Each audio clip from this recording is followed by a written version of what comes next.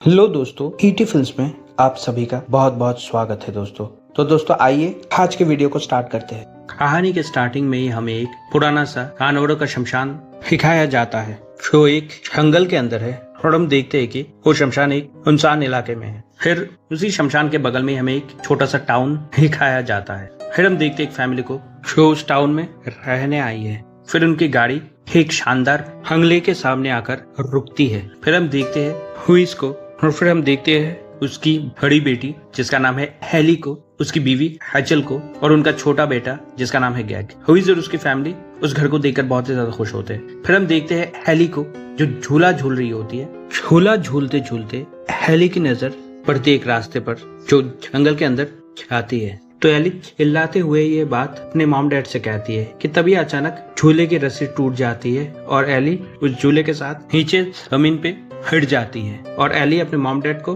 पुकारते हुए जोर जोर से रोने लगती है। तो उसके मॉम डैड दौड़ते हुए उसके पास जाते हैं और हम देखते हैं उस छोटे से बच्चे को। वो बच्चा टहलते टहलते सड़क के बीचों बीच चला जाता है कि तभी हम देखते हैं उस सड़क से एक गाड़ी फुल स्पीड में आ रही होती है। गाड़ी की आवाज सुनकर उसके मॉम डैड को उसका ख्याल आता है। तो लुइस और उसकी बीवी दौड़ते हुए आगे बढ़ते हैं कि अभी उस बच्चे को आकर जट हचा लेता है। फिर हम जट को देखते हैं कि वो एक बूढ़ा आदमी है और जट हुईस के पड़ोस में ही रहता है। फिर हचल जट को वो रास्ता दिखाती है जो जंगल के अंदर जाता है। जट से पूछती है कि मिस्टर जट, क्या आपको मालूम है कि रास्ता जंगल के अंदर कहाँ जाती है? तो जट हचल से कहते हैं कि मैं आप लोगों को सब कुछ खुलकर बताऊंगा, लेकिन पहले आप लोग अच्छे से सेटल हो जाइए।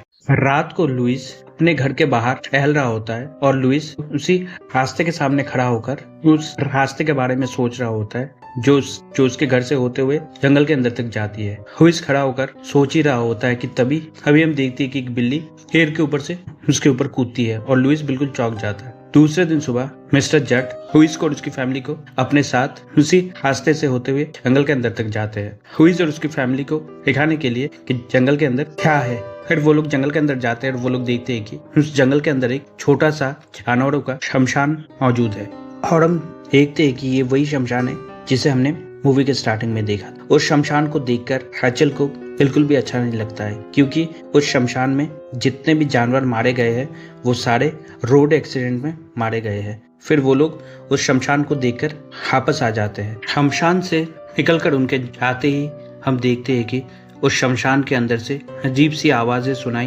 दे रही होती है। रात को हम उस बिल्ली को देखते हैं जो लुइस के बेटी के कमरे में ही उसके साथ ही सो रहा होता है।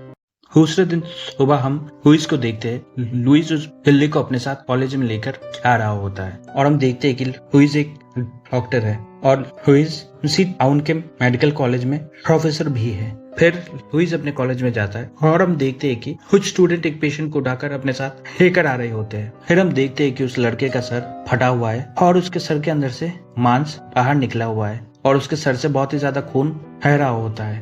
लुइस उस पेशेंट का जल्दी से इलाज करता है पर हम देखते हैं कि बहुत सारा खून बहने के कारण वो लड़का मारा जाता है और मारे जाने से पहले वो लड़का लुइस को कुछ ऐसी बातें कहता है कि लुइस चौंक जाता है। वो लड़का लुइस से कहता है कि मैं वापस आऊंगा। कहकर वो लड़का लुइस की तरफ देखकर हट जाता है। रात को लुइस अपने कमरे में सो रहा होता है कि तभी अचानक लुइस सपना देखता है कि सपने में वो पेशेंट लुइस के पास आया है और वो पेशेंट लुइस के पास आकर लुइस से कहता है कि मेरे साथ चलो। फिर वो पेशेंट लुइस को अपने साथ उसी रास्ते से होते हुए उस जानवरों के शमशान में लेकर जाता है। फिर वो पेशेंट लुइस को उस शमशान में लेकर जाकर लुइस को कुछ कह रहा होता है पर लुइस उसकी बात को समझने की कोशिश नहीं करता है और लुइस उससे माफी मांगने लगता है और लुइस जोर जोर से रोने लगता है। फिर अचानक लुइस देखता है कि वो पेशेंट उसके सामने से गायब हो जाता है कि तभी लुइस की आंख खुल जाती है और लुइस देखता है कि सुबह